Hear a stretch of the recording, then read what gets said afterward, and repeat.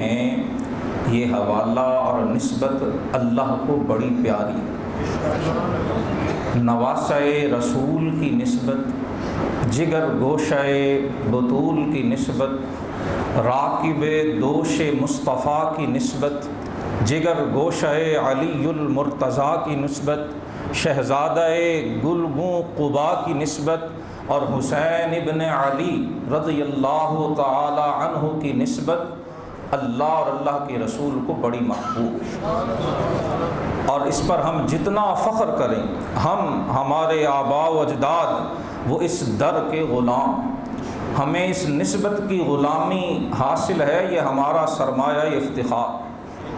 اور ان بابرکت گھڑیوں میں آئیے اللہ کی بارگاہ میں دلوں کے کشکول پھیلا کر یہ التجا پیش کریں کہ مولا ہماری آنے والی نسلوں کو بھی اس نسبت کا غلام رکھ، مولا ہماری آنے والی نسلوں کو بھی نسبت حسینی کا غلام رکھنا، نسبت نواسہ رسول نصیب کرنا اور نسبت شہزادہ بطول نصیب کرنا۔ اور الحمدللہ رب کی کرم پہ بھروسہ رکھتے ہوئے ہمیں پوری امید ہے کہ یہ نسبت ہماری قبر میں بھی کام آئے۔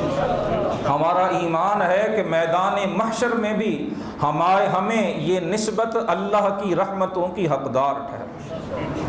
یہ مجلس اس حوالے سے بڑی بابرکت ہے، بڑی عظیم ہے اور بہت سعادت مندی کی حامل ہے کہ اسے یہ عظیم نسبت حاصل۔ عنوان گفتگو کے طور پہ میں نے سورہ عنکبوت قرآن حکیم کی سورہ مبارکہ کی ابتدائی آیات تلاوت کی۔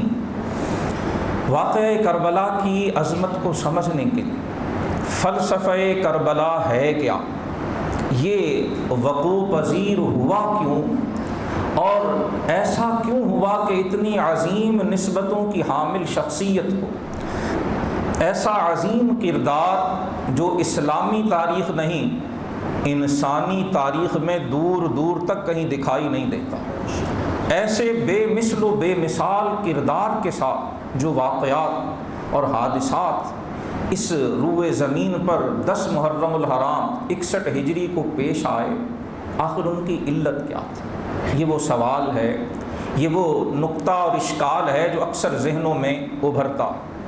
اور یاد رکھیے انسانی ذہن میں قیامت تک پیدا ہونے والے ہر شبے کا جواب اللہ نے قرآن حکیم میں عطا فرمایا۔ یہ کتاب ھدی للناس ہے، یہ انسانیت کی امام ہے، یہ انسانیت کی رہنما ہے، یہ 14 صدیاں قبل کی انسانیت کی بھی امام و رہنما تھی، یہ آج کی انسانیت کی بھی امام و رہنما ہے، اور یہ قیامت تک آنے والی انسانیت کی امام و رہنما ہے۔ اور ساتھ ساتھ یہ بھی یاد رکھیے جتنا قریبی تعلق امام حسین کو قرآن سے ہے ہم شاید اسے سمجھ ہی نہیں سکتے، اور جنہیں سمجھ آئی ہے وہ پھر کہہ گئے کہ رمز قرآن از حسین آموختیم، سطر رمز قرآن از حسین آموختیم ز آتش او شعلہا اندوختیم۔ یہ حکیم الامت کے الفاظ ہیں، یہ علامہ محمد اقبال کے الفاظ ہیں کہ جب قرآن کھول کے پڑھتے تھے تو اتنا روتے تھے، اتنا گریہ طاری ہوتا تھا کہ ان کے آنسوؤں سے قرآن کے صفحات تر ہو جایا کرتے تھے۔ اقبال کہتے مجھے قرآن کی سمجھ اگر آئی ہے تو مجھے حسین سے آئی۔ رمز قرآن، قرآن کے الفاظ نہیں، قرآن کے کلمات نہیں، قرآن کا ظاہر نہیں، رمز قرآن از حسین آموختیم۔ ہمیں اگر قرآن کی فہم کی یہ تحفہ، یہ دولت، یہ عنایت نصیب ہوئی ہے تو یہ صدقہ حسین کا، سیدنا حسین کا جو قرآن سے تعلق تھا۔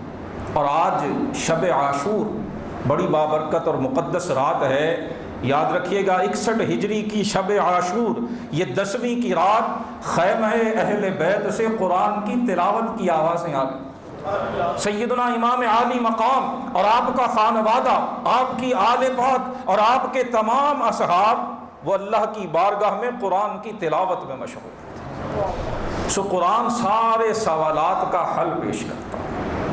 جب یہ سوال ذہن میں آتا ہے کہ آخر ایسا کیوں ہوا سورہ عنکبوت کی آیات ہماری رہنمائی کرتی ہیں۔ فرمایا الف لام میم، اللہ ہی جانتا ہے کہ اس کا معنی و مفہوم کیا، یا وہ قلب محمد جانتا ہے جس پہ اللہ نے اس قرآن کو اتارا۔ ہمارا ایمان ہے کہ جو اللہ اور اللہ کے رسول کی اس سے مراد ہے وہ حق ہے، وہ سچ ہے، ہمارا اس پہ ایمان۔ فرمایا حسب الناس ان یترکوا ان یقولوا آمنا وهم لا یفتنون، فرمایا کیا لوگ یہ سمجھ بیٹھے ہیں کہ وہ کہہ دیں گے کہ آمنا، ہم ایمان لے آئے، انہیں چھوڑ دیا جائے گا، انہیں آزمایا نہیں جائے گا۔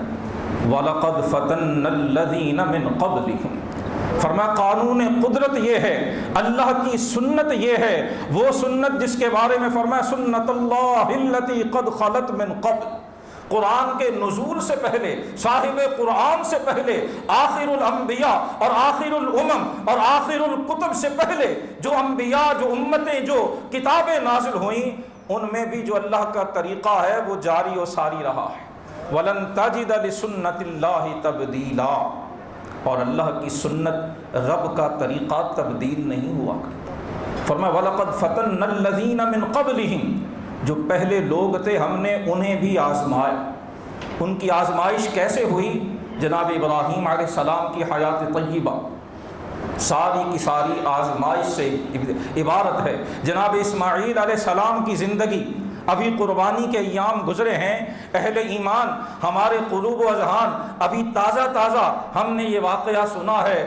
جناب ابراہیم علیہ السلام اور اسماعیل کی حیات طیبہ وہ ساری کی ساری آزمائش سے عبارت، اور اللہ کے ان انبیاء نے یہ بتا دیا کہ رب کے محبوبوں پہ دنیا میں آزمائشیں آیا کریں، اور وہ ان آزمائشوں میں پورا اترا کرتے ہیں۔ جب وہ اللہ کی بھیجی ہوئی آزمائشوں میں صبر و رضا، تسلیم و رضا کا پیکر بن کے کامیاب ہوتے ہیں، پھر اللہ انہیں وہ عزتیں عطا فرماتا ہے کہ صدیاں بیت جاتی ہیں اور ان کا ذکر کائنات کے حافظے سے محو نہیں ہوتا۔ فرمایا ہم نے تو پہلوں کو بھی آزمایا۔ فَلَيَعْلَمَنَّ اللَّهُ الَّذِينَ صَدَقُوا، مولا تو کیوں آزماتا ہے؟ الہی تیری ذات تو علیم بذات الصدور ہے، تو علام الغیوب ہے۔ مولا تو کسی کے بتانے کا محتاج نہیں، کسی کی زبان ہلانے کا محتاج نہیں۔ مولا تیری ذات کو تو حاجت سے تعلق ہی کوئی نہیں، تو ساری کائنات کا قاضی الحاجات۔ ابھی پردہ ذہن پہ نقش خیال ابھرتا بھی نہیں ہے، وہ علام الغیوب اسے بھی جانتا۔ مولا جب تو سب کچھ جانتا ہے پھر اپنے بندوں کو آزماتا کیوں ہے؟ فرمایا فَلَيَعْلَمَنَّ اللَّهُ الَّذِينَ صَدَقُوا، آزماتے اس لیے ہیں کہ دنیا والے جان لے سچا کون ہے۔ وَلَيَعْلَمَنَّ الْكَاذِبِينَ، ہم دکھا دیں کہ دنیا کے لالچ میں، مادی لالچ کے اندر، اس مادے کی، اس زر و جواہر کی، سونے اور چاندی کی، زر و سیم کی یہ خواہش جب انسان کی آنکھوں پہ پٹی باندھتی، حب دنیا، حب جاہ، حب اقتدار، کرسی کی محبت، حکومت کی محبت، دولت کی محبت، دنیا کی آسائشوں کی محبت، فرمایا دنیا والوں اسے قابو میں رکھو، ایسا نہ ہو اس محبت میں اتنے اندھے نہ ہو جانا کہ تمہیں نواسہ رسول بھی نظر نہ آئے۔ یہ دنیا کی دولت جب آنکھوں پہ پٹی باندھتی ہے پھر انسان کو نواسہ رسول بھی نظر نہیں آتا۔ اللہ پاک فرماتا ہم آزماتے اس لیے ہیں وَلَيَعْلَمَنَّ الْكَاذِبِينَ، ہم دنیا والوں کو بتا دیں جھوٹے کون ہیں۔ 10 محرم الحرام سچوں اور جھوٹوں کی پہچان کا دن ہے۔ یوم عاشوراء 10 محرم الحرام میدان کربلا ارض طف، یہ سچوں اور جھوٹوں کو الگ الگ کرنے کا دن۔ آخر اس دن کو انسانیت کیوں آج تک یاد رکھنے پہ مجبور ہے؟ کیا کیا جتن نہیں ہوئے، اللہ اکبر، ہر دور میں ہوتے رہے۔ بڑا خوبصورت اظہار کیا پیر نصر الدین نصیر رحمۃ اللہ تعالی علیہ، فرمایا تمانچے مار لو، خیمے جلا لو، قید میں ڈالو۔ کیا کچھ یزید نے نہیں کیا جو اس وقت ہو سکتا تھا؟ 72 نفوس مقدسہ کو، جن کے مقدس خون کی ایک ایک بوند ساری کائنات سے بڑھ کر طیب و طاہر تھی، مزکہ و مصفہ تھی، قیمتی اور اعلیٰ تھی، اس مقدس خون کو کربلا کی ریت پہ بہایا ہے۔ 3 دن تک ان ہستیوں پہ پانی بند رکھا گیا جنہوں نے روز حشر لوگوں کو جام کوثر تقسیم کرنا تھا۔ جو ساقی کوثر کے نواسے تھے ان پر 3 دن تک پانی بند رکھا گیا۔ اس سے بڑھ کر ظلم کیا ہو سکتا؟ ظلم کی وہ کون سی صورت ہے، وحشت و بربریت کا وہ کون سا امکانی جو ہے وہ مشغلہ اور امکانی طریقہ ہو سکتا ہے جو میدان کربلا میں آزمایا نہیں ہے۔ لیکن کیا ہوا؟ تماچے مار دو، خیمے جلا لو، قید میں ڈالو، علی کے گل رخوں سے بو زہرائی نہیں جاتی۔ اللہ نے اس خون کو جو عزت عطا فرمائی ہے، اللہ نے فاطمہ الزہرا کی ذریت طاہرہ کو جو عزت و کرامت عطا فرمائی ہے، کوئی چھین سکتا ہی نہیں۔ جو بد نصیب چھیننے کی کوشش کرتا ہے وہ ذلت و رسوائی کا نمونہ بن جاتا ہے۔ اگر یقین نہ آئے تو یزید کو دیکھ لینا، اگر شک پیدا ہو تو ابن زیاد کا انجام دیکھ لینا، اگر اس جملے میں، اس بات کی صداقت میں ادنا سا بھی شبہ ہو تو ابن مرجانہ شمر بدبخت کے انجام کو دیکھ لیں۔ اللہ پاک فرماتے کہ ہم اپنے محبوبوں کو آزمائش میں اس لیے ڈالتے ہیں تاکہ ہم دنیا والوں کو دکھا دیں کہ یہ میرے، فَلَيَعْلَمَنَّ اللَّهُ الَّذِينَ صَدَقُوا، ہم دکھا دیں کہ سچے کون ہیں، وَلَيَعْلَمَنَّ الْكَاذِبِينَ، اور ہم بتا دیں کہ چند ٹکڑوں پہ بک جانے والے کون ہیں۔ دنیا کے اس قلیل سیم و زر کے لیے، سونے اور چاندی کے لیے، چند دن کے تخت و تاج کے لیے آخرت کو برباد کرنے والے کون ہیں؟ قرآن تو بار بار کہتا ہے بئس ما اشتروا بہ انفسہم فما ربحت تجارتہم، بڑے گھاٹے کا سودا کیا یزید نے، بڑے خسارے کا سودا کیا ابن زیاد نے، اور بڑی بری تجارت کی شمر ملعون نے کہ جنہوں نے اس دنیا کے فائدے کی خاطر نواسے رسول کی عزت و عظمت کو فراموش کر۔ اللہ پاک کا قرآن فرماتا ہے کہ یہ آزمائشیں یہ سراسر اس بات کے اظہار کے لیے ہوتی ہیں کہ سچا کون اور جھوٹا۔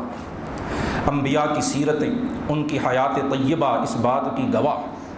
قرآن حکیم نے ان کی مثالیں بیان کی، ہم تفصیل میں جائے تو بہت لمبا وقت درکار ہے، ہم اپنے موضوع کی طرف آئیں۔ یہ صرف اشارہ کیا، سارے انبیاء کی سیرتیں دیکھ لیجئے اور رسول اللہ کی سیرت عالیہ، اور پھر حضور کا یہ ارشاد مبارک فرمایا الانبیاء اشد بلاء ثم الامثل فالامثل، او کما قال الرسول صلی اللہ علیہ وسلم، فرمایا اللہ کے جتنے بھی نبی آئے ہیں ان پر سب سے شدید آزمائشیں بھی آئیں، ان کو سب سے شدید امتحانات کا سامنا بھی کرنا پڑا ہے۔ اور پھر فرمایا ثم الامثل فالامثل، پھر جس کا اللہ کی بارگاہ میں رتبہ جتنا اونچا ہوتا ہے اس کی آزمائش بھی اتنی ہی سخت ہوا کرتی۔ اگر واقعہ کربلا میں ساری آزمائشیں اکٹھی ہیں، یہ اس بات کی دلیل ہے کہ حسین کی عزت بھی رب کی بارگاہ میں بہت بڑی، یہ اس بات کی دلیل ہے کہ نواسہ رسول کا مقام بھی بارگاہ الہی میں بہت بلند ہے، یہ اس بات کی نشانی ہے کہ جو مقدس آل رسول کے خون کی بوندیں کربلا کی ریت پہ گری ہیں وہ رب کی بارگاہ میں بڑی قیمتی ہیں۔ اقبال نے کیا خوبصورت انداز میں فرمایا تھا، غریب و سادہ و رنگی ہے داستان حرم، فرمایا کعبہ کا طواف کرنے والوں، احرام باندھ کر صحن حرم میں چکر لگانے والوں، اس داستان حرم کو بھی جانتے ہو، غریب و سادہ و رنگی ہے داستان حرم۔ اور یہاں غریب یاد رکھیے گا عربی کا لفظ ہے، اردو میں ہم غریب لیتے ہیں محتاج، فقیر، غریب، جس کو ہم پور کہتے ہیں انگلش کے اندر، عربی میں غریب اس معنی میں نہیں آتا، عربی میں غریب کہتے ہیں انوکھی چیز کو، جو بڑی انوکھی ہو، اور ایکچولی جو مسافر ہوتا ہے اسے عربی میں غریب کہتے ہیں کہ وہ اجنبی ہوتا ہے، ان نون ہوتا ہے، وہ لوگوں کے لیے جانا ہوا نہیں ہوتا، لوگ اسے جانتے نہیں ہیں، وہ ان میں ایک اجنبی اور ایک انوکھا ہوتا ہے۔ اقبال نے یہاں اسی عربی کے مفہوم میں غریب استعمال کیا کہ بڑی انوکھی داستان ہے۔ انوکھی کیوں؟ میں صرف چونکہ نوجوان الحمدللہ بیٹھے ہیں، یاد رکھیے آج کے اس مادی دور میں واقع کربلا کی عظمت یہ ہے، نواسہ رسول کا انسانیت پہ احسان یہ ہے کہ نواسہ رسول نے بتا دیا اصل کامیابی کہتے کسے۔ آج اگر ہم صرف یہ سمجھ لیں، آج ہمارا نوجوان جس کامیابی کے پیچھے بھاگ رہا ہے، کیا کامیابی زیادہ دولت اکٹھی کر لے، زیادہ مال جمع کر لینا، بڑی بڑی گاڑیاں لے لینا، بڑی بڑی کوٹھیاں بنا لینا، بڑی بڑی جائیدادیں اکٹھی کر لینا، اگر یہ معیار کامیابی ہے تو میرے نوجوان بھائیوں اس معیار کے حوالے سے تو یزید کامیاب تھا۔ جتنی جائیداد یزید کے پاس تھی وہ تو تخت کا وارث تھا، وہ تو تخت کا مالک تھا، اس کی فوج بھی بہت بڑی، اس کے خزانے میں درہم و دینار پہ ڈھیر بھی لگے ہوئے تھے، اس زمانے کی بہترین سے بہترین سواریاں وہ تو یزید کے پاس تھی۔ غریب و سادہ و رنگی ہے داستان حرم، داستان حرم بڑی انوکھی ہے۔ یہ دنیا والوں کے جو کانسیپٹس ہیں، جو ان کے تصورات ہیں، جو ان کے نظریات ہیں، جو ان کے افکار و خیالات ہیں، یہ داستان حرم ان سے بالکل انوکھی ہے، یہ ان سے بالکل الگ تھلگ ہے۔ دنیا والے سمجھتے ہیں کہ دنیا کی دولت اکٹھی کر لینا، مادی وسائل اپنے قابو میں کر لینا، زیادہ سے زیادہ وسائل پہ قبضہ کر لینا، یہ کامیابی ہے۔ حسین کا احسان یہ ہے، بتا دیا کہ کبھی کبھی کامیاب وہ بھی ہوتے ہیں کہ دنیا والے سمجھتے ہیں کہ ان کے دامن میں کچھ نہیں ہے، دیکھنے والی آنکھوں کو لگتا ہے کہ شاید ان کا دامن خالی ہے، لیکن حسین نے بتا دیا اے دنیا والوں، جنہیں تم خالی دامن سمجھتے ہو، اللہ نے اس خالی دامن میں کائنات کی دولتیں اکٹھی کی ہوتی، ساری کائنات کی دولتیں اللہ نے ان جھولیوں میں ڈالی ہیں جنہیں تمہاری ظاہر بین نگاہیں خالی سمجھتی۔ امام حسین کا احسان یہ ہے، بتا دیا کامیابی دولت جمع کرنے کا نام نہیں ہے، فرمایا کامیابی اپنے اور اپنے رب کے تعلق کو برقرار رکھنے کا نام، کامیابی غلامی محمد میں جینے اور مرنے کا نام ہے، کامیابی اپنے نبی سے رشتے کو مضبوط اور مستحکم کر لینے کا نام ہے۔ امام حسین کامیاب ہے کیوں؟ ان کا رشتہ ان کے نانا جان سے جڑا، انہوں نے اپنے نانا جان کے دین کی لاج رکھی ہے، قرآن کی عزت کی حفاظت کی ہے، دین کی آبرو کو بچایا ہے اور اللہ سے اپنے تعلق کو جوڑ کے دکھایا۔ خدا کے لیے آنکھیں کھولی، صرف مادی کامیابیاں یہ حقیقی کامیابیاں نہیں ہیں۔ واقعہ کربلا ہمیں بتاتا ہے، شب عاشورہ ہمیں تعلیم دیتی ہے، اور کربلا کی ریت پہ امام حسین رضی اللہ تعالیٰ عنہ کی قربانیاں یہ ہمیں بتاتی ہیں کہ کامیابی کسی اور چیز کا نام ہے۔ غریب و سادہ و رنگی ہے داستان حرم، نہایت اس کی حسین، ابتدا ہے اسماعیل۔ یہ جناب اسماعیل سے شروع ہوئی تھی اور جناب حسین پہ اپنے کلائمیکس، اپنے عروج، اپنے نقطۂ کمال کو جا پہنچی۔ اور دوسرے مقام پر رموز بے خودی میں اقبال نے اسی نقطے کو یوں آشکارا کیا کہ سر ابراہیم و اسماعیل بود، یعنی اجمال را تفصیل بود۔ امام حسین کی عظمت کیا ہے، واقعہ کربلا کی عظمت کیا ہے، یوم عاشورہ کی عظمت کیا ہے۔ اقبال کہتے ہیں جو کہانی، جو داستان حرم جناب ابراہیم و اسماعیل، ان کی حیات طیبہ، ان کی زندگیوں میں اجمالاً بیان ہوئی تھی، وہ زندگی حسین میں تفصیلاً آشکارا کر۔ امام عالی مقام سیدنا امام حسین رضی اللہ تعالی عنہ رسول اللہ صلی اللہ علیہ وسلم کے محبوب ترین نواسے ہیں۔ اللہ کے رسول صلی اللہ علیہ وآلہ وسلم نے جن کا نام خود رکھا، اور آپ جانتے ہیں علماء نے لکھا ہے کہ حسن اور حسین یہ دونوں نام ایسے ہیں کہ ان شہزادوں سے پہلے کسی کے نہیں رکھے۔ اللہ نے ان شہزادوں کو نام بھی بے مثال عطا فرمایا، اور علماء نے لکھا ہے کہ حسن اور حسین ان دونوں کا مادہ اوریجن ہا سین اور نون ہے، حسنا۔ اور حسنا قرآن حکیم میں جو جنت کے نام ذکر ہوئے ہیں، ان جنتی ناموں میں سے، جنت کے ناموں میں سے ایک نام الحسنہ۔ اللہ پاک کا اعلان ہے للذین احسنوا الحسنى وزیادہ، سورہ یونس میں فرمایا کہ جنہوں نے اس دنیا میں اپنے اخلاق، اپنے کردار، اپنی عبادات، اپنے اعمال میں رتبہ احسان کو پا لیا ہے، جو دنیا میں احسان والی زندگی بسر کرتے ہیں، ہم نے ان کے لیے الحسنى تیار کی۔ اور مفسرین فرماتے ہیں الحسنى سے مراد جنت ہے، فرمایا صرف الحسنى نہیں وزیادہ، اس سے بھی بڑھ کر ہم نے ان کے لیے نعمتیں تیار کی۔ الحسنى یہ جنت کے ناموں میں سے ایک نام، اور حضرت حسن و حسین دونوں کا نام اسی الحسنی حاسین اور نون سے لیا گیا. اور کیوں نہ لیا جائے کہ یہ وہ ہیں جو جنتی جوانوں کے سردار ہیں. حسن و حسین کی شان، ان کا رتبہ اور ان کا مقام کیا ہے، اگر یہ سمجھنا چاہتے ہیں تو پھر ہمیں ان کی نسبتوں پہ غور کرنا. میں ایک حدیث مبارکہ عرض کر کے پھر انشاءاللہ واقعہ کربلا کی طرف آؤں گا. معجم کبیر اور المعجم الاوسط میں امام طبرانی رحمۃ اللہ تعالی علیہ نے حضرت عبداللہ بن عباس رضی اللہ تعالی عنہما، آپ دونوں حضرت عبداللہ بن عباس کے حوالے سے یہ حدیث مبارکہ درج فرمائی ہے. حضرت عبداللہ بن عباس رضی اللہ تعالی عنہما فرماتے ہیں کہ رسول اللہ صلی اللہ علیہ وسلم نے ایک بار صحابہ سے مخاطب ہو کے فرمایا کہ لوگو ایھا الناس الا اخبرکم بخیر الناس جدا و جدتا. امام حسین کی شان کیا، اگر ہم جاننا چاہتے ہیں جسے ایک حدیث کو اپنے دل کی تختی پہ لکھ لیجیے. اگر یہ لوح قلب پہ لکھی ہوگی، کوئی فتنہ پرور، کوئی بڑے سے بڑا شریر وہ آپ کو بارگاہ حسین سے دور نہیں کر سکتے.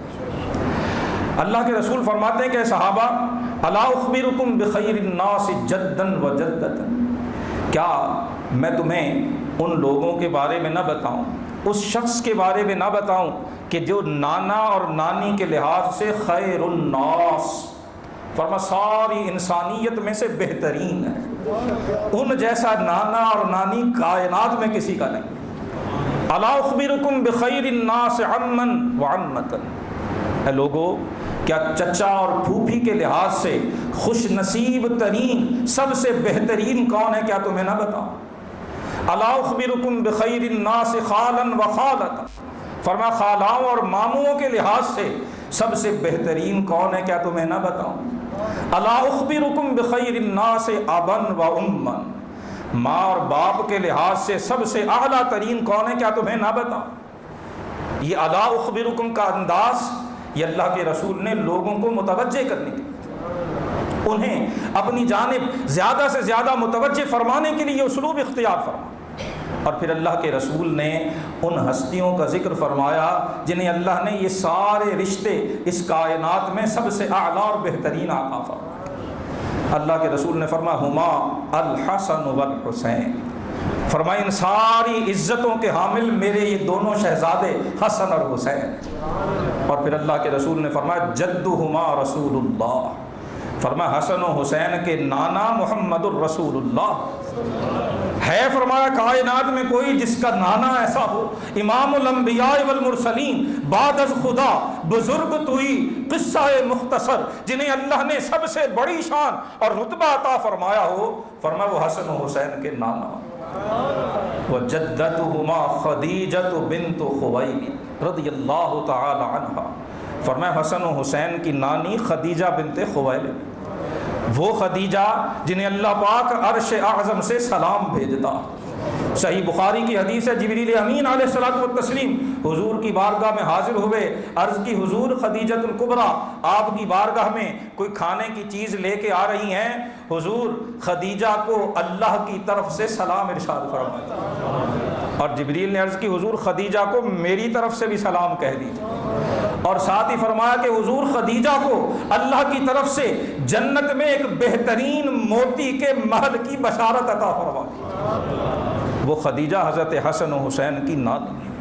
فرمایا حسن و حسین کے چچا اور پھوپھیاں، فرمایا ان کے چچا جعفر طیار ہیں جنہیں غزوہ موتا میں بازو شہید ہوتے ہیں. بخاری کی روایت ہے اللہ کے رسول حضرت جعفر کی شہادت کا واقعہ مدینے میں بیٹھے بیٹھے بیان فرماتے اور آنکھوں سے چشمان مبارکہ سے آنسو بہہ رہے ہیں. یہاں یہ بھی یاد رکھ لیجئے کہ اپنے محبوبوں پہ ہونے والے ظلم و ستم پر، اپنے پیاروں پہ ڈھائے جانے والی وحشت و بربریت پر آنکھوں سے آنسو بہانا یہ اللہ کے رسول کی سنت ہے. نواسہ رسول سے تو حضور کا جو تعلق ہے وہ اپنی جگہ ہے، اللہ کے رسول کو اپنے دیگر اعزاء و اقرباء سے.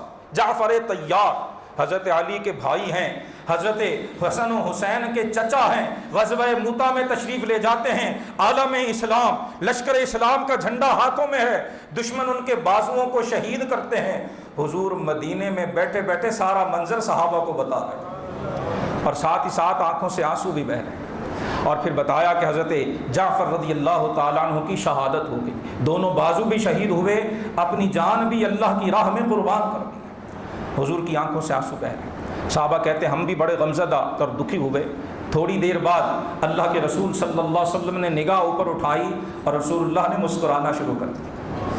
صحابہ کہتے ہیں ہم حیران ہو گئے کہ ابھی ابھی حضور غمزدہ تھے، ابھی ابھی دکھی تھے، اور اتنا دکھ اور پریشانی کے چشمان کریم سے آنسو بہ رہے تھے، اور ابھی اچانک حضور نے مسکرانا شروع کر دیا۔ وجہ دریافت کی، ارشاد فرمایا مجھے جعفر کی شہادت کا دکھ تھا، جعفر کی شہادت اور ان پہ ہونے والے جو ظلم اور ستم تھے اس وجہ سے میں رو رہا تھا۔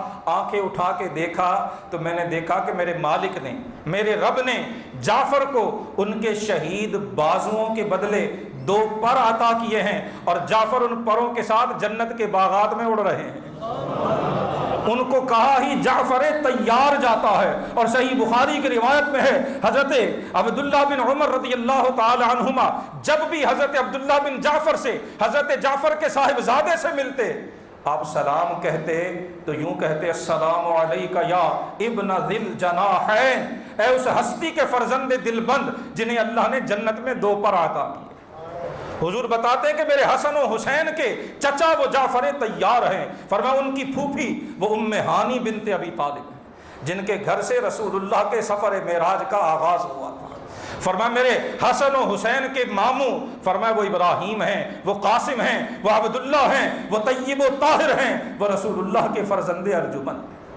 فرمایا میرے حسن و حسین کی خالائیں، فرمایا وہ رقیہ ہیں، وہ زینب ہیں، وہ ام کلثوم ہیں، بنات رسول اللہ صلی اللہ علیہ وآلہ وسلم۔ اور فرمایا میرے حسن و حسین کے باپ اور ماں وہ تو فاطمۃ الزہرا اور علی المرتضیٰ۔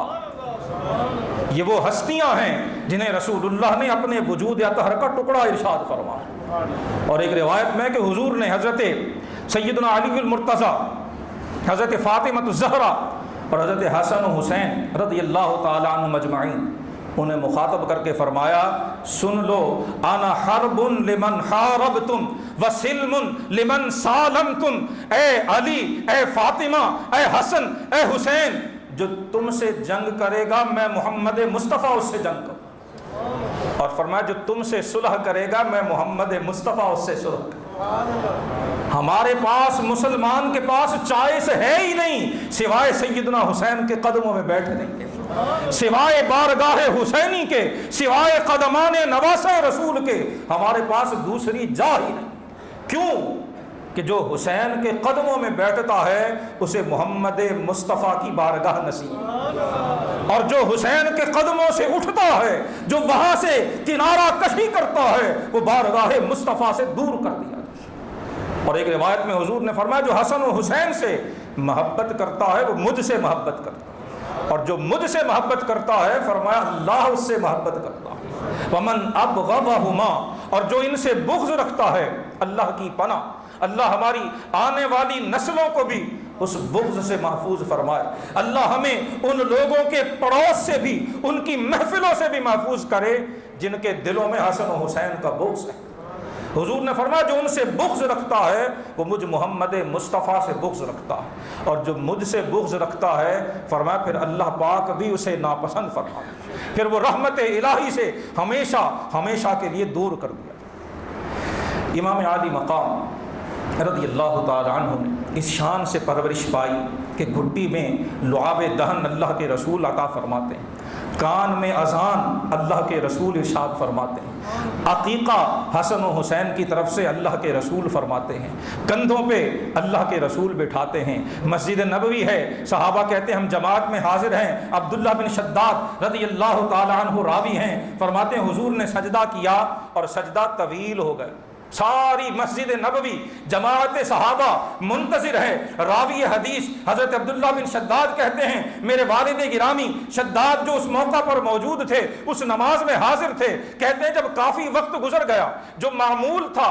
حضور کا نماز پڑھاتے ہوئے سجدے میں جتنی دیر تسبیحات کرنے کا، جب اس معمول سے زیادہ تاخیر ہوئی تو فرماتے ہم عجیب و غریب خیالات کا شکار ہو گئے، فرمایا ہمیں ایک خیال تو یہ آیا کہ شاید نزول وحی کا سلسلہ شروع ہو گیا، اللہ کے رسول پر حالت سجدہ میں وحی کا نزول ہو رہا ہے، اس لیے اللہ کے رسول سجدے سے سر نہیں اٹھا رہے۔ اور فرمایا دوسرا خیال یہ ستاتا کہ کہیں ایسا تو نہیں کہ حضور اپنے رب کی بارگاہ میں حاضر ہو گئے، کوئی حادثہ تو نہیں ہو گیا۔ فرماتے جب حضور نے کافی دیر سر نہیں اٹھایا، حضرت شداد کہتے میں نے سر اٹھا کے دیکھا، فرماتے جب دیکھا تو حضرت حسن یا حسین حضور کی پیٹھ پہ سوار، جتنی دیر ان کی مرضی تھی وہ حضور کی پیٹھ پہ سوار رہے اور اللہ کے رسول نے سجدے سے سر نہیں اٹھا۔ جب وہ اپنی مرضی سے حضور کی پشت انور سے نیچے اترے ہیں، اللہ کے رسول نے نماز مکمل کی۔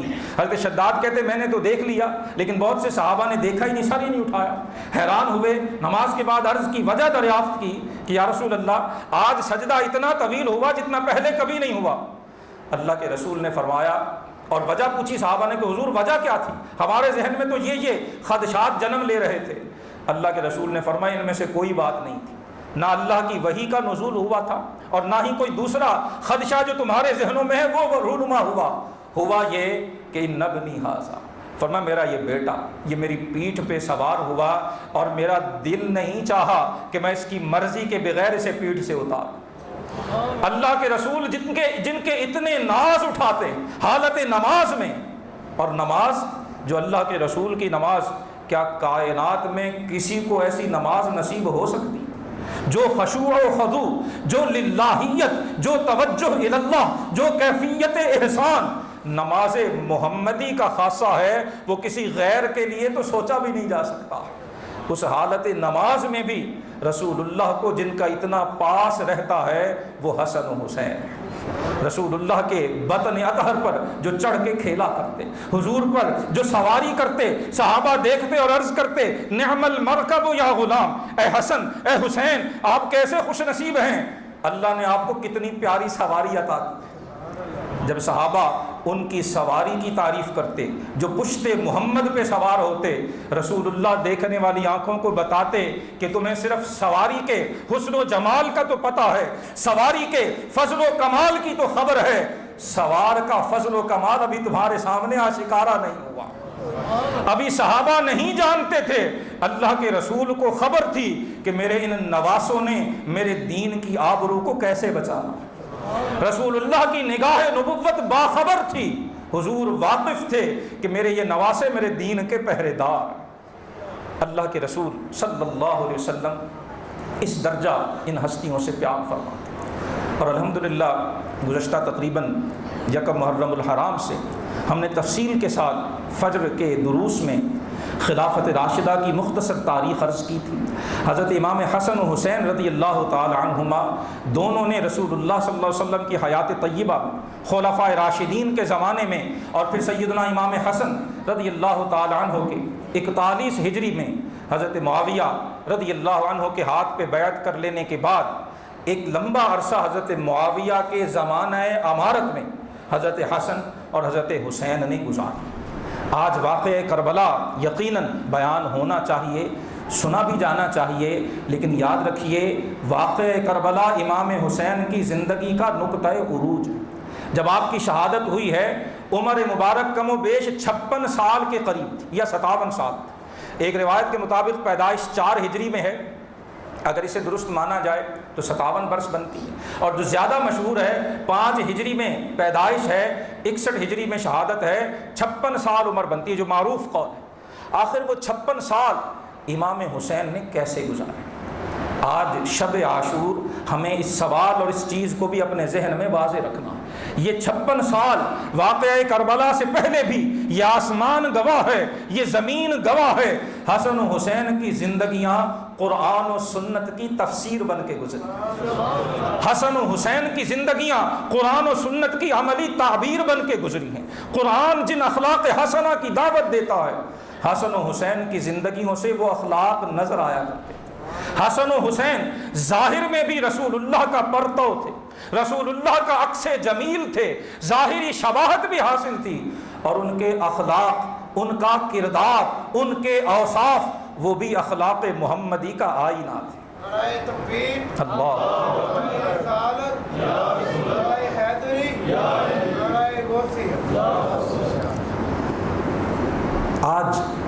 ذکر حسین کرتے ہوئے اور ذکر شہادت امام حسین کرتے ہوئے ہمیں امام حسین کی ساری زندگی کو اپنی نگاہوں کے سامنے رکھنا چاہیے، اور اصل اس ذکر کا مقصد اپنے لیے رہنمائی حاصل کرنا ہے۔ امام حسین رضی اللہ تعالیٰ عنہ نے، امام حسن نے اس 56 سالہ زندگی کے اندر شریعت کے حکم کے خلاف کوئی کام نہیں کیا۔ آج ہمیں بھی اس جذبہ حسینی کی ضرورت ہے، اسی ہمیں اخلاق حسینی کو اپنانے کی ضرورت ہے۔ آج ہم بھی بچے، جوان، بوڑھے، مائیں، بیٹیاں، بہنیں، وہ سب کی سب آج ہم اس بات کے محتاج ہیں کہ ہمارے شب و روز اخلاق حسینی کے مطابق بسر۔ نماز کا وقت ہوتا تو حسن و حسین مسجد کی پہلی صف میں دکھائی دیا کرتے تھے، زکوٰۃ کا موقع آتا، انفاق کا موقع آتا، دشمنوں کو معاف کرنے کا موقع آتا، اپنوں کی جو بے اعتنائیاں ہیں، اپنوں کی جو ظلم و ستم ہیں، وہ صبر و رضا کے ساتھ، تحمل کے ساتھ برداشت کرنے کا موقع آتا، حسن و حسین سب سے آگے دکھائی۔ آج ہمیں اس سیرت حسینی کو اپنانے کی ضرورت ہے۔ حضرت معاویہ رضی اللہ تعالیٰ عنہ کی شہادت کے بعد، ان کے وصال اور ان کی وفات کے بعد، جب 60 ہجری میں یزید کی بیعت انہوں نے اپنی زندگی میں لی، حضرت امام عالی مقام امام حسین رضی اللہ تعالیٰ عنہ نے، حضرت عبداللہ بن عمر نے، حضرت عبداللہ بن زبیر نے، حضرت عبداللہ بن جعفر نے، حضرت عبداللہ بن عباس رضی اللہ تعالیٰ عنہ مجمعین، یہ وہ ہستیاں تھیں جنہوں نے یزید کی بیعت نہیں کی۔ جب وہ منصب خلافت اور تخت خلافت پہ بیٹھنے کی اس نے ناپاک جسارت کی، اس کے اخلاق، اس کا کردار، اس کی عادات و اطوار وہ ہرگز اس قابل نہیں تھی کہ وہ اس خلافت کی منصب پہ فائز ہوتا جہاں ابو بکر صدیق بیٹھے تھے، جو عمر فاروق کے حصے میں آیا تھا، جو عثمان غنی ذو النورین اور علی المرتضیٰ اور امام حسن بن علی رضی اللہ تعالی عنہ مجمعین، ان خلفائے راشدین نے جس منصب کو زینت بخشی تھی، جو یزید ہے وہ کسی طور اس منصب کے لائق نہیں۔ امام عالی مقام نے یزید کی بیعت سے انکار کیا، اور آپ نے فرمایا کہ اس کے اخلاق، اس کا کردار، اس کی سیرت، اس کا چال چلن وہ ہرگز اس لائق نہیں ہے کہ اس کی بیعت کی جائے۔ آپ پہلے عرض کی جا چکی کہ آپ کوفہ سے حضرت علی المرتضیٰ کی شہادت کے بعد اور صلح ہونے کے بعد مدینہ طیبہ واپس تشریف لا چکے تھے۔ شہر نبی میں، شہر رسول کے اندر آپ قیام فرما تھے۔ یزید نے اپنا نمائندہ خط دے کر بھیجا کہ حضرت حسین سے بیعت لی جائے۔ وہ جانتا تھا کہ اگر حضرت حسین نے بیعت نہ کی تو میرا یہ تخت باقی نہیں رہ سکے گا، میرا یہ تاج، یہ بیعت حسین کا محتاج ہے۔ جب تک مجھے حسین کی بیعت نہیں ملے گی، مسلمان بھی میری بیعت کو قبول نہیں کرے۔ اس نے سختی کرنے کا کہا، تشدد کی راہ جو ہے وہ اختیار کرنے کا کہہ کر آپ کی طرف مدینہ کے گورنر کو خط لکھ کے بھیجا کہ حضرت حسین سے بیعت لی جائے۔ رات کے وقت یزید کے گورنر نے حضرت امام عالی مقام کی طرف پیغام بھیجا، ملاقات کے لیے بلایا۔ آپ نے اپنے ساتھیوں سے کہا کہ یہ وقت دربار کا وقت نہیں ہے، عام گفتگو اس وقت نہیں ہونی، لگتا ہے کہ کوئی خاص معاملہ درپیش ہوا۔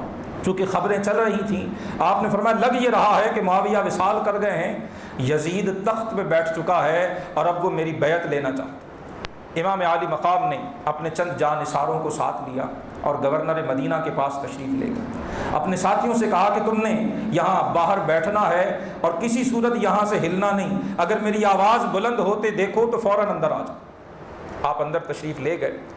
یزید کی طرف سے مقرر کیا ہوا گورنر موجود تھا، اس نے یزید کا خط آپ کی خدمت میں پیش کیا جس میں بیعت کا مطالبہ کیا۔ گورنر مدینہ نے آپ سے کہا کہ آپ میرے ہاتھ پہ یزید کی بیعت کیجیے۔ امام حسین نے فرمایا میرے جیسا شخص رات کی تاریکی میں بیعت نہیں کیا کرتا۔ فرمایا میں رات کے اندھیرے میں یوں چھپ چھپا کے بیعت نہیں کروں گا، صبح ہوگی مسجد نبوی میں سب کے سامنے بیٹھیں گے، پھر دیکھیں گے کہ کیا بیعت کی جائے یا نہ کی جائے۔ مروان وہ بھی اس وقت وہاں موجود تھا، یزیدی عمال اور گورنروں اور ان کے جو سرکاری کارندے تھے ان میں سے ایک وہ بھی تھا۔ اس نے والی مدینہ گورنر مدینہ کے کان میں سرگوشی کی کہ حسین کو یہاں سے جانے مت دیں۔ اس بدبخت نے کہا کہ یہیں پر انہیں شہید کر دو، اگر یہ یہاں سے چلے گئے پھر تمہارے ہاتھ نہیں آئے۔ لیکن گورنر مدینہ کے دل میں ابھی ایمان کی رمق موجود تھی۔ وہ کہنے لگا بدبخت تو مجھے کیا مشورہ دے رہا ہے، کیا نواسے رسول کو شہید کرنے کا مشورہ؟ امام عالی مقام کے کانوں میں بھی اس کی یہ چیمگوئیاں ان کی پڑ گئیں۔ آپ مڑے اور مڑ کے کہا مروان کیا کہہ رہا ہے؟ تو جانتا ہے میں کون ہوں؟ تیرے اندر یہ ہمت ہے کہ تو میری طرف ٹیڑھی آنکھ سے بھی دیکھ سکے؟ فرمایا کیا تو مجھے روکنے کی طاقت رکھتا ہے؟ جب آپ نے للکار کے کہا تو وہ سر جھکا کے خاموش ہو گئے۔ امام عالی مقام باہر تشریف لائے، اپنے گھر آئے، اہل خانہ کو اکٹھا کیا، تمام سرکردہ جو گھر کے لوگ تھے ان سے مشاورت ہوئی اور بتایا کہ لگ یہ رہا ہے یزید کی طرف سے جو پیغام آیا ہے وہ شہر مدینہ میں ہمیں امن و اطمینان سے رہنے نہیں دیں گے۔ اور پھر امام عالی مقام نے شعبان کے مہینے میں مدینہ طیبہ سے مکہ مکرمہ کی طرف سفر شروع فرمایا۔ اور یہاں یہ بھی سمجھ لیں کہ آپ نے مدینہ کیوں چھوڑا۔ اگر یہ سمجھنا چاہتے ہیں تو ہمیں حضرت عثمان غنی کی شہادت کے واقعے کی طرف پلٹنا ہوگا۔ جب حضرت عثمان غنی کے گھر کا گھیراؤ کیا گیا، حضرت علی المرتضیٰ نے حسن و حسین کو دروازے پہ مقرر کیا تھا اور جا کر خلیفہ راشد، خلیفہ ثالث، داماد رسول ذوالنورین عثمان غنی سے عرض کی تھی کہ اے خلیفۃ الرسول، اے امیر المومنین، آپ حکم دیجئے، فوجوں کو حکم کرے، ابھی بھی آپ کے غلام، آپ کے فوجی، آپ کے سپاہی موجود ہیں، انہیں حکم دیں یہ آنے والے بلوائیوں اور ان باغیوں کے سر تن سے جدا کر۔ لیکن جانتے حضرت عثمان غنی نے جواب کیا تھا؟ حضرت عثمان غنی نے جو جواب دیا تھا وہی وجہ تھی حضرت علی کے دارالخلافہ کو کوفہ منتقل کرنے کی، اور وہی سبب تھا امام عالی مقام کے مدینہ چھوڑنے کا۔ حضرت عثمان غنی نے فرمایا تھا کہ علی مجھے پتا ہے کہ میرے سپاہی موجود ہیں، میرے جانباز موجود ہیں، فوج موجود ہے، لیکن ان باغیوں کو تو پتہ نہیں ہے، مجھے خبر ہے کہ یہ جگہ کون سی ہے۔ یہ مدینۃ الرسول ہے، یہ وہ مقدس سرزمین ہے جہاں رسول اللہ آرام فرما ہے۔ اے علی میں نہیں چاہتا اپنی جان بچانے کے لیے میں مدینے کی حرمت کو پامال کروں، اپنی جان بچانے کے لیے میں مدینے کے تقدس کو پامال کروں۔ اے علی مجھے یہ منظور ہے۔ سیدنا عثمان غنی نے اپنی جان قربان کر دی، حرمت مدینۃ النبی پر آنچ نہیں آنے۔ اسی نقطے کی بنا پر حضرت علی المرتضیٰ نے دارالخلافہ مدینہ سے کوفہ منتقل کیا کہ فتنے شروع ہو گئے، آزمائشوں کا دروازہ کھل گیا، ہر روز نیا فتنہ سر اٹھاتا ہے، ان کا سامنا کرنا ہوگا، مقابلہ کرنا ہوگا، لیکن حرمت شہر مدینہ پہ حرف نہیں آنا چاہیے۔ آج بدقسمتی کی بات ہے کہ ہم مدینے جاتے بھی ہیں اور ہمیں خبر نہیں ہے کہ ہم کہاں جائیں۔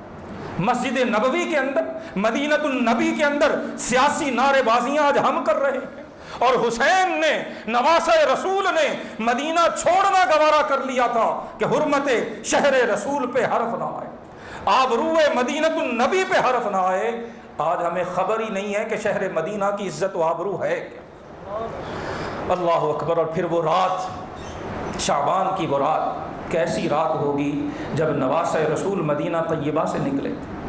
اور یہاں یہ بھی سمجھ لیجئے کہ حضرت امام حسین کی شہادت اس وجہ سے بھی بڑی بے مثال ہے کہ یہ اچانک نہیں ہوئی ہے، یہ ایک دم سے نہیں ہوئی ہے۔ احادیث صحیحہ میں موجود ہے حضرت امام حسین کے بچپن سے ہی آپ کی شہادت کی خبریں خود رسول اللہ نے اپنی زبان سے عطا فرمائیں۔ حضور کی چچی حضرت ام فضل بنت حارث رضی اللہ تعالی عنہ، حضرت عباس کی جو زوجہ محترمہ، انہوں نے حضرت حسین کی پیدائش سے پہلے خواب دیکھا، بڑی ڈری جھجکی خوف زدہ حالت میں حضور کی بارگاہ میں حاضر، یا رسول اللہ بڑا عجیب اور خوفناک خواب دیکھا، میں تو ڈر گئی۔ حضور نے پوچھا کہ چچی کیا خواب دیکھا؟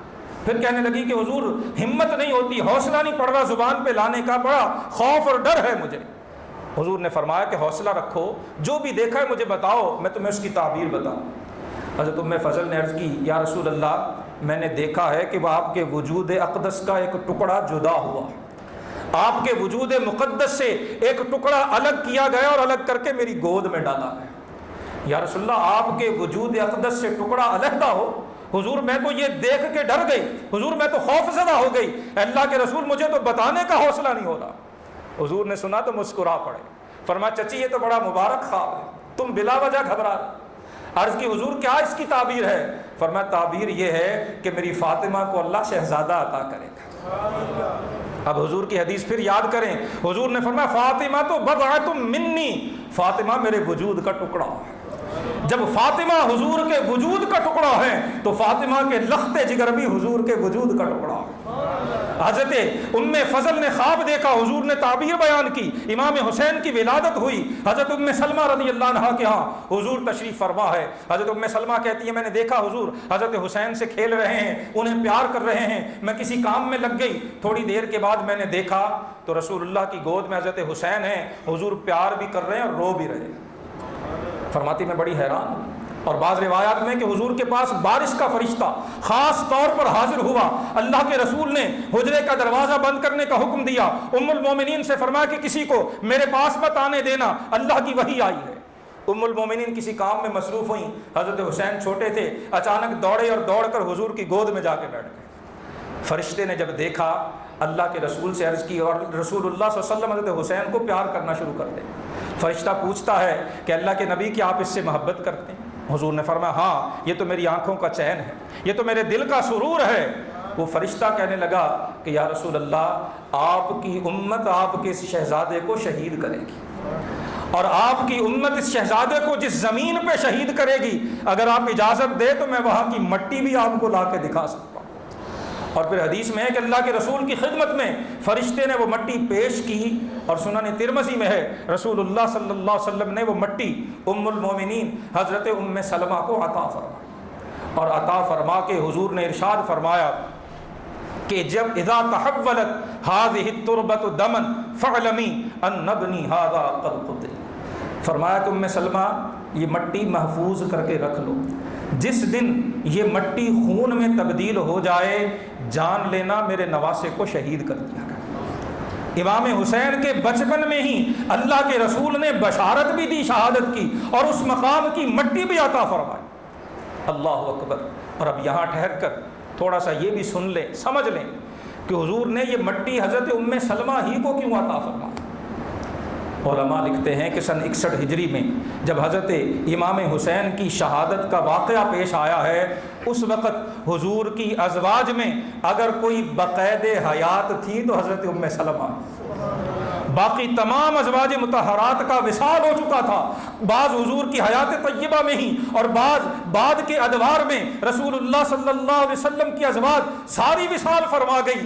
واقعہ کربلا کے وقت اگر کوئی زوجہ محترمہ حیات تھیں تو وہ صرف اور صرف ام سلمہ حیات تھی، اور اللہ کے رسول کے علم پر اللہ نے جو آپ کو مستقبل کے امور کا علم عطا فرمایا، اس علم پہ قربان جائیے، رسول اللہ نے وہ مٹی عطا بھی حضرت ام سلمہ کو فرمایا۔ اور ساتھ یہ بھی سمجھ لیں جو سین ابتدا میں عرض کی جو سوال پیدا ہوتا ہے کہ اس واقعے کو روکا کیوں نہیں گیا، اسے ٹالا کیوں نہیں گیا، اور یہ رونما کیوں ہوا، وجہ وہی جو عرض کر دی کہ اللہ پاک دراصل دنیا والوں کو بتانا چاہتا ہے کہ آل رسول کی عزت، رتبہ، شرافت، کرامت، ان کا درجہ اگر اتنا بلند ہے تو انہوں نے قربانیاں بھی بڑی قیمتی دی، وہ قربانیاں دے کر اس درجے کے اہل ہوئے ہیں۔ انہوں نے رب کی راہ میں ہر قسم کی جو تکلیف ہے، مصیبت ہے، ظلم ہے، وحشت و بربریت ہے، اسے خندہ پیشانی سے قبول کیا۔ سو یہ واقعہ چونکہ عام تھا، امام حسین بھی سن چکے تھے، صحابہ کے علم میں بھی تھا، اہل بیت بھی واقف تھے، امام حسین رضی اللہ تعالیٰ عنہ نے شہر نبی کی حرمت کے تحفظ کے لیے آپ نے وہاں سے ہجرت فرمانا قبول کیا، اور پھر آپ اپنے نانا جان کی خدمت اقدس میں حاصل۔ مدینہ طیبہ سے فراق، مدینہ طیبہ سے جدائی ایک گنہگار سے گنہگار انسان کے لیے بھی بڑی تکلیف دہ ہوا کرتی۔